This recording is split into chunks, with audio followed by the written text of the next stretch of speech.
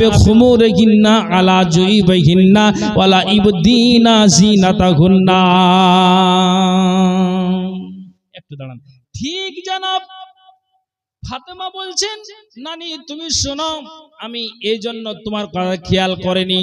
আমি যখন রাস্তায় চলেছি নজরকে নিচু করে চলেছি, নিজের আবরুর হেফাজত রেখেছি। আমার স্বামী আলী ছাড়া আমার ইজ্জতের দিকে কেউ দেখার চান্স পায়নি, এতটা আমি সংযত হয়ে চলেছি। আমার মুখমণ্ডল কেমন আমার স্বামী আলী ছাড়া কেউ জানে না। আমার যেন দেহুটা কেমন আমার স্বামী আলী ছাড়া কেউ জানে না। আমার হাত কেমন আমার স্বামী আলী ছাড়া কেউ জানে না। আমার পায়ের রং কেমন, মুখের রং কেমন, বডির রংটা কেমন আমার স্বামী আলী ছাড়া কেউ জানে না। কিন্তু আমি কাঁদছি এই জন্য, যেদিন মরে যাব দুনিয়ার মানুষ, এই আপনার খাড়ি গোপালপুরের মানুষরা জানতে পারবে কে মারা গিয়েছে। না তো খাড়ি গোপালপুরে অমুকটা মারা গিয়েছে, কে মারা গিয়েছে, না তো নবীর বেটি ফাতেমা দুনিয়া থেকে বিদায় হয়েছে। সেদিন আসবে আর বলবে একটু মুখের কাপড়টা সরাও, ফাতেমার মুখটাকে আমরা দেখতে চাই। নানি রে, আমার চোখ দিয়ে এই জন্য জল বয়ে যাচ্ছে যে আমি মরে যাওয়ার পরে আমার পর্দার গর্দাটা উড়ে যাবে। এটা কে দায়িত্ব নিবে? মানুষেরা আসতে গেলে আমার পক্ষ হয়ে বলবে যে ফাতেমার মুখ দেখতে দেওয়া যাবে না। সঙ্গে সঙ্গে নানি বলছেন, নাতনি তুমি শোনো, হাফসাতে গেলাম, ওখানে যখন নারীরা ইন্তিকাল করে তখন ওদের একটা সিস্টেম দেখলাম যে চতুর্দিকে কাপড়টাকে ঘেরাও করে দিয়েছে, আর ওপরে সুন্দর করে আপনার যেন আপনার টাপ্পরের মতো করে কাপড়কে চাদরকে বিছিয়ে দিয়েছে। একটা পুরুষকে গোসল দিবেন তো পুরুষের সুন্দর করে চাদর দিয়ে আপনি ঘেরাও করে দেন, ওপরে আপনি কাপড় দেন বা নাই দেন কোনো সমস্যা নাই। কিন্তু ওই নানি বলছেন যে হাফসার মাটিতে নারীরা মারা যেতে গেলে এটাই দেখলাম যে সুন্দর করে কাপড় দিয়ে ঘেরাও করে দিয়েছে, আর ওপরে আপনার চাদর দিয়েছে, টাপ্প দিয়ে আপনার সুন্দর করে আপনার ঘেরে দিয়েছে। তো শোনো, তুমি যদি আমার আগে মারা যাও আর আমি যদি বেঁচে থাকি, তাহলে আমি এই দায়িত্বটা নিলাম। মানুষ দেখতে আসলে বলবো যে না না না, আমার নাতনির মুখ দেখতে দেওয়া যাবে না, যেহেতু এটাকে আমাকে দায়িত্ব দিয়ে গিয়েছে যে বেটি ফাতেমার মুখ দেখতে দেওয়া যাবে না। একবার বলেন তো সুবহানাল্লাহ। এখন আমি আপনাকে এটাই বলতে চাইছি যে ফাতেমা ভাবছেন মরে যাওয়ার পরে আমার পর্দা কি হবে। জীবদ্দশায় আমি জীবিত অবস্থায় নিজেকে তো খুব সংযত হয়ে চলেছি, আমি নিজেকে খুব সতর্ক হয়ে চলেছি, কিন্তু মরবো তো মরে যাওয়ার পরে আমার পর্দার কি হবে, এটাই আমার ভাবনা। আবার বলেন সুবহানাল্লাহ, আল্লাহু আকবার। তাহলে এই হলো, আমি আপনাকে শুরুতেই বলেছি যে ওই মুমিনা নারীদেরকে, যারা জান্নাতি নারী, ওই নারীদেরকে, মা বোনদেরকে ইতিহাসকে ফলো করতে হবে যে তারা নিজেকে কেমন ভাবে চলেছে, তারা নিজেকে কেমন ভাবে চলেছে। ভাই এখানে যতজন আছেন, আমি একটা হাদিস বলে আমি উদ্দেশ্য দিকে যাব। একটা হাদিস আপনারা বলতে দিবেন, বলেন তো দেখি। আপনারা বলেন ইনশাআল্লাহ। বলবো কি?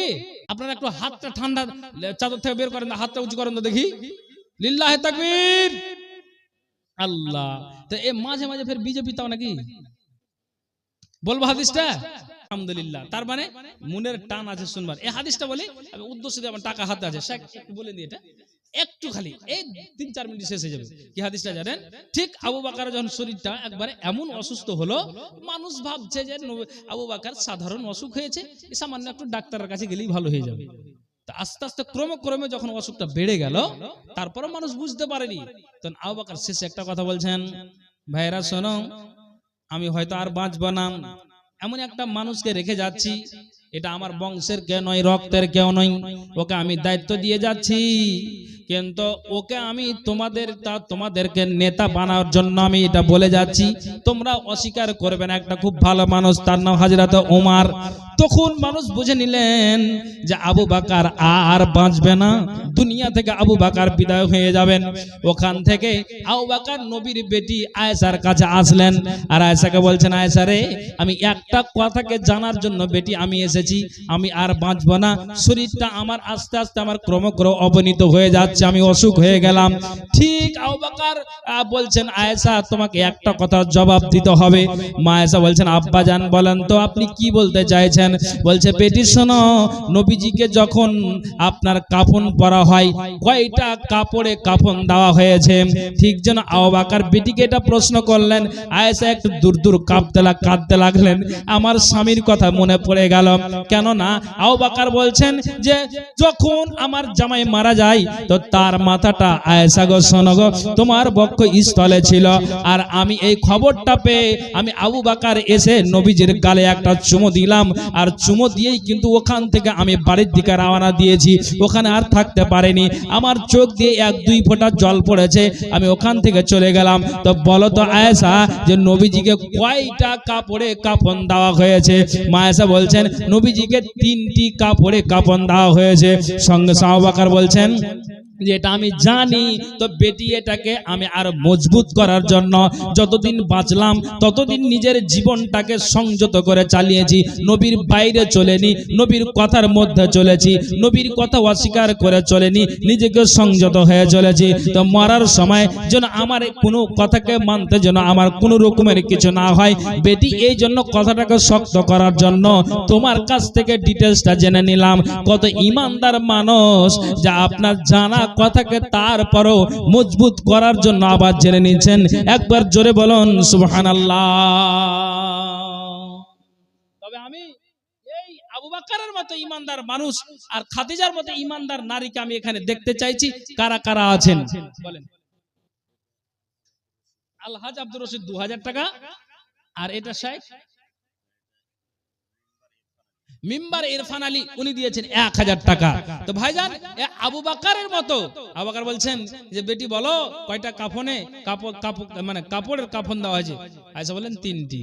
তখন আবু বকর বলছেন হ্যাঁ আমাকেও 3টি কাপড়ে কাফন দিও, 4টি দিতে যেও না, 2টিও দিতে যান। নবী যেটা করে গেছেন সেটাই করবে, কেন আমি মরে যাওয়ার পরে আমার আর মুখ ফুটবে না, আমি যে বলবো এটা আমার বলার সুযোগ থাকবে না। তো বেটি আগেই বলে গেলাম মানুষকে এটা প্রচার করে দিও, যতদিন বেঁচেছি নবীর বাইরে চলিনি, কাজে মরার সময় যেন আমার ডিস্টার্ব না হয়। আবার বলেন সুবহানাল্লাহ।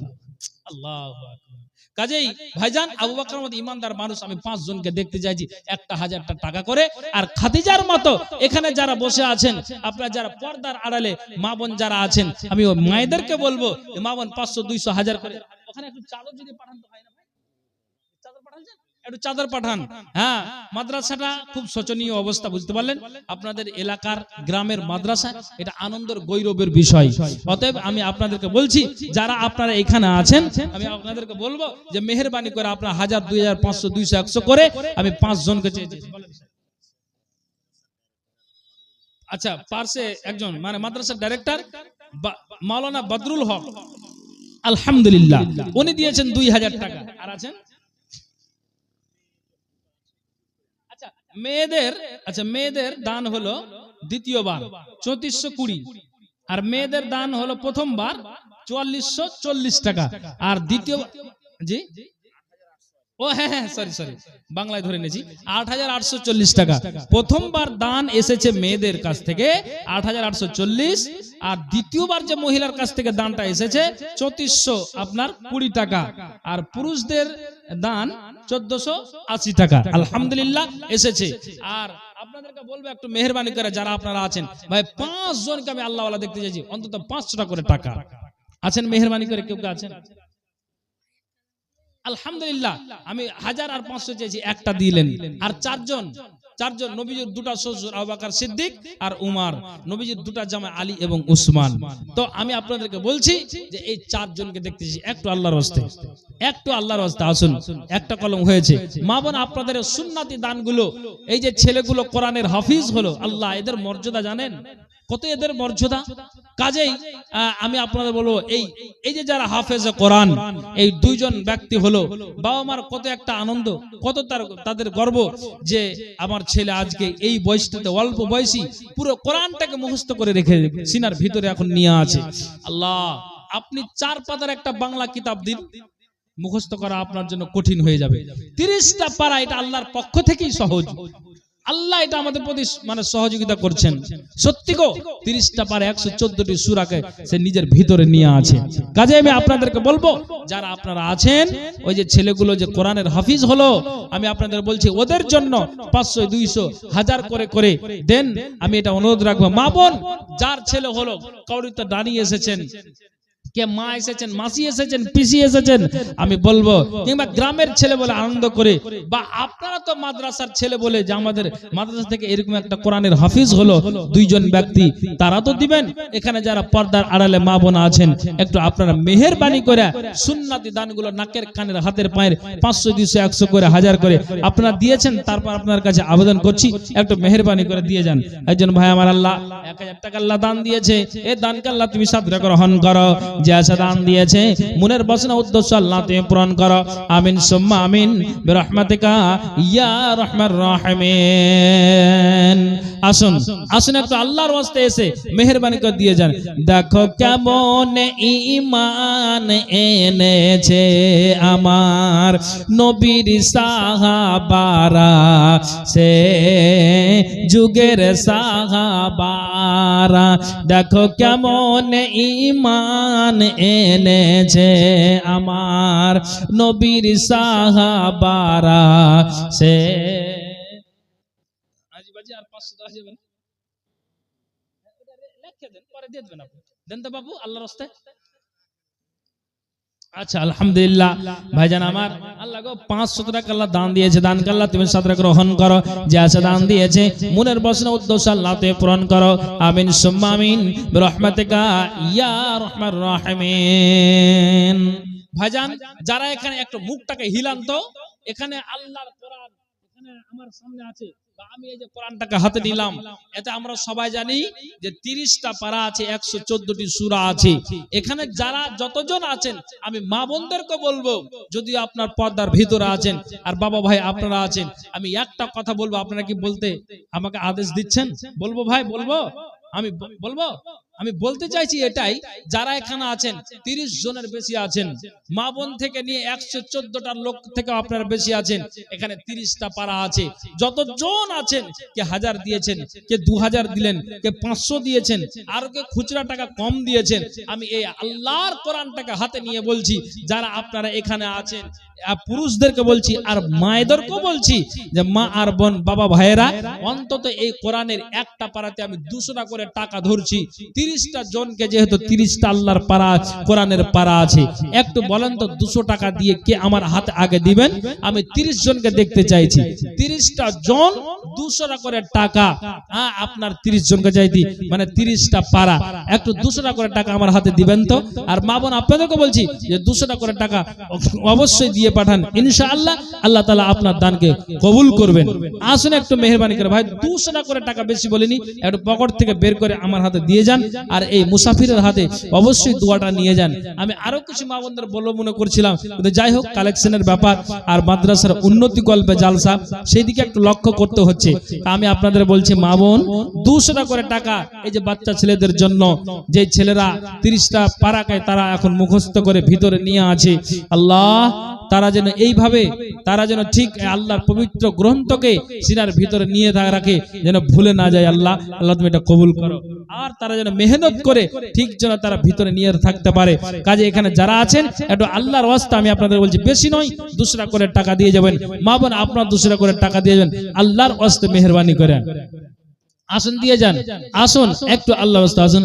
এই মনের সেই কামনা সোনার মদিনা, হায়রে এই মনের সেই কামনা সোনার মদিনা, মনের মাঝে আছো তুমি কেন বুঝো না, মনের মাঝে আছো তুমি কেন বুঝো না, এই মনের সেই কামনা সোনার মদিনা, হায়রে এই মনের সেই কামনা সোনার মদিনা সবুজ গম্বুজের নিচে একটু দাঁড়াবো আমার প্রিয় নবীজিকে সালাম জানাবো সবুজ গম্বুজের নিচে একটু দাঁড়াবো আমার প্রিয় নবীজিকে সালাম জানাবো সেই নবীজির দিদার পেতে চলো মদিনা সেই নবীজির দিদার পেতে চলো মদিনা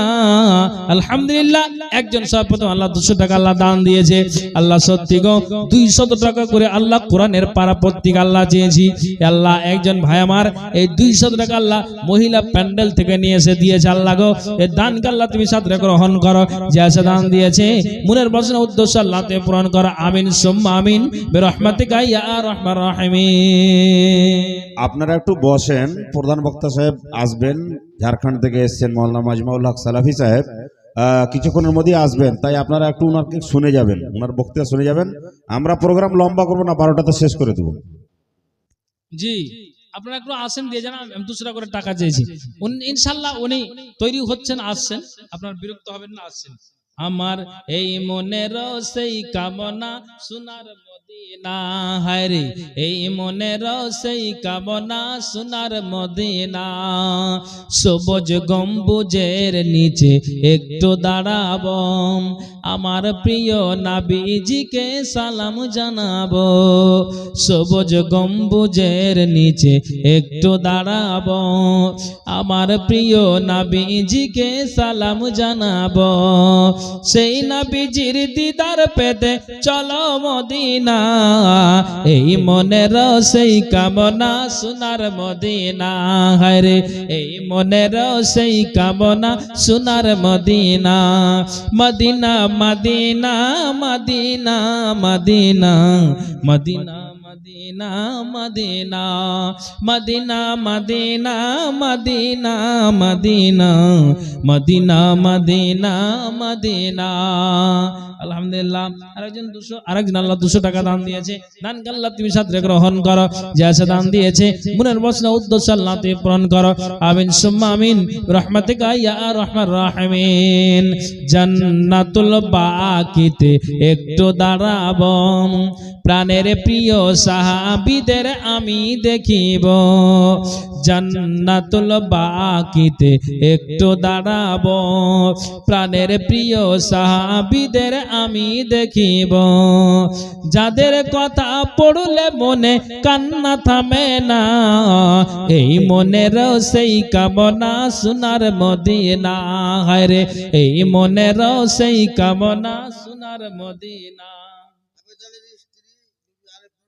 আচ্ছা আবেদ আলীর স্ত্রী বিবি আলেফ নূর উনি দিয়েছেন 1500 টাকা দান দান অনুপাতে আল্লাহ নেকি যেন পান মেটাও আল্লাহ তুমি মনোরা আরমান আলহামদুলিল্লাহ আবারও মেয়েদের কাছ থেকে 1000 এই যে প্রজেক্টের মাধ্যমে দেখতে পাচ্ছেন যে মহিলা প্যান্ডেল থেকে আবার এখানে 1080 টাকা এসেছে আল্লাহ এই দানকে আল্লাহ তুমি সাদরে গ্রহণ করো যে আসে দান দিয়েছে আল্লাহ মনের বাসনা উদ্দেশ্য আল্লাহ তুমি পূরণ করো আমিন সুম্মা আমিন বিরহমাতিকা ইয়া আরহামার রাহিমিন আল্লাহ মা বোনদের কাছ থেকে যতবারই যাওয়া যাচ্ছে ইনশাআল্লাহ ওনারা দিচ্ছেন আল্লাহ তুমি এই দানকে সাদরে গ্রহণ করো যে আছে দান দিয়েছে মনের বাসনা উদ্দেশ্য আল্লাহ তুমি পূরণ করো আমিন সুম্মা আমিন বিরহমাতিকা ইয়া আরহামার রাহিমিন আসুন তোমাকে ডাকি যদি একবার আল্লাহ আমাকে কাছে টানো বারবার তোমাকে ডাকি যদি একবার আল্লাহ আমাকে কাছে টানো বারবার যদি পথ ভুলে যাই আমাকে আলহামদুলিল্লাহ মহিলা একজন কোরআনের দাম দিয়েছে 200 টাকা আল্লাহ দান দিয়েছে আল্লাহ এই দানকে তুমি সাদরে গ্রহণ করো যে আছে দান দিয়েছে মনের বাসনা উদ্দেশ্য আল্লাহ তুমি পূরণ করো আমিন সুম্মা আমিন বিরহমাতিকা ইয়া আরহামার রাহিমিন আসুন মায়েরা বোনেরা আর বাবা ভাইরা একটু আল্লাহর ওয়াস্তে মেহেরবানি করে এই মাদ্রাসার জন্য একটু দানের হাত থেকে একটু অবশ্যই আপনারা বাড়িয়ে দিন ইনশাআল্লাহ আল্লাহ তাআলা আপনার এই দানকে কবুল করবেন আসুন আল্লাহ বলছেন কি লা ইন শাকার শাকারতুম লাআযিদান্নাকুম ওয়া লা ইন কাফারতুম ইন্না আযাবি লাশাদীদ। আল্লাহ বলছেন আমি তোমাকে যা দিয়েছি এদের থেকেই তুমি আল্লাহর শুকরিয়া আদায় করো, আল্লাহর কৃতজ্ঞতা জ্ঞাপন করো, আল্লাহর প্রশংসা করো। তোমাকে যা দিয়েছি এদের থেকেই তুমি সন্তুষ্ট হয়ে যাও। কার দোতলা আছে সেই দিকে নজর না দিয়ে তোমার নিচে কে আছে তার দিকে লক্ষ্য করো। কাজে আল্লাহ তাআলা বলছেন শোনো, তোমাকে যা দিয়েছি এতেই তুমি আলহামদুলিল্লাহ, তার মানে আল্লাহর শুকরিয়া আদায় করো। কে বললেন? সিরাজউদ্দিন। সিরাজউদ্দিন 500, সিরাজউদ্দিন স্ত্রী আল্লাহ 500, দুজন মিলে স্বামী আর বিবি আল্লাহ 1000 টাকা দান দিয়েছে। দানকে আল্লাহ তুমি সাদরে গ্রহণ করো। যে আশা দান দিয়েছে মনের বাসনা উদ্দেশ্য আল্লাহ তুমি পূরণ করো। আমিন সুম্মা আমিন বিরহমাতিকা ইয়া আরহামার রাহিমিন। আসুন আসুন ভাইজান, আল্লাহ আর একজন ভাই আমার 150 টাকা দান, দান অনুপাতে আল্লাহ নেকি যেন পান। মিটাও আল্লাহ তুমি মনের আরমান। ওগো দাতা দয়ার সাগর, দয়া করো আমাদের, আবদ্ধ হইয়াছি আমরা কুড়িপুর জালে। তুমি ছাড়া নাই কোনো নালিশের জায়গা, অপরাধী গণকে তুমি দাও তোমার ছায়া। দেন আবেদ আলী, আলহামদুলিল্লাহ আবেদ আলী, মাশাআল্লাহ আবেদ আলী আল্লাহ গো 1200 টাকা আল্লাহ দান দিয়েছে। আচ্ছা আল্লাহ গো দানকে আল্লাহ তুমি সাদরে গ্রহণ করো। আল্লাহ গো আর ওটা কি? আচ্ছা আলহামদুলিল্লাহ আবেদ আলী আল্লাহ 1200 টাকা দিয়েছেন, আর আরেকজন আল্লাহ 200 টাকা আল্লাহ দান দিয়েছেন। আল্লাহ গো এই দানকে তুমি সাদরে গ্রহণ করো। যে আশা দান দিয়েছে মনের বাসনা উদ্দেশ্য আল্লাহ তুমি পূরণ করো। এ আল্লাহ এই দানকে তুমি 12 লক্ষ বলে আল্লাহ কবুল করো। যেহেতু আল্লাহ দুয়ার আবেদন করেছে, বিশেষ করে সকলের জন্য আল্লাহ দোয়া করি। আল্লাহ যে যা উদ্দেশ্য দিয়েছে মনের বাসনা উদ্দেশ্যকে আল্লাহ তুমি পূরণ করো। আল্লাহ তুমি খালি হাত ফিরিয়ে দিও না।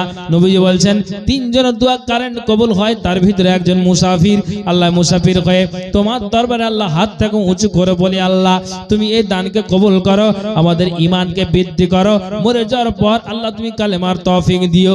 আল্লাহ যারা মরে গিয়েছে তাদের কবরের আযাব থেকে আল্লাহ তুমি মুক্তি দিও। যদি আযাবে গ্রেফতার থাকে, অন্ধকার থাকতে গেলে আল্লাহ বিজলি বাতি জ্বালিয়ে দিও, নূরে মানাওয়ার করে দিও, উজ্জ্বল করে দিও। আমিন সুম্মা আমিন বিরহমাতিকা ইয়া আরহামার রাহিমিন।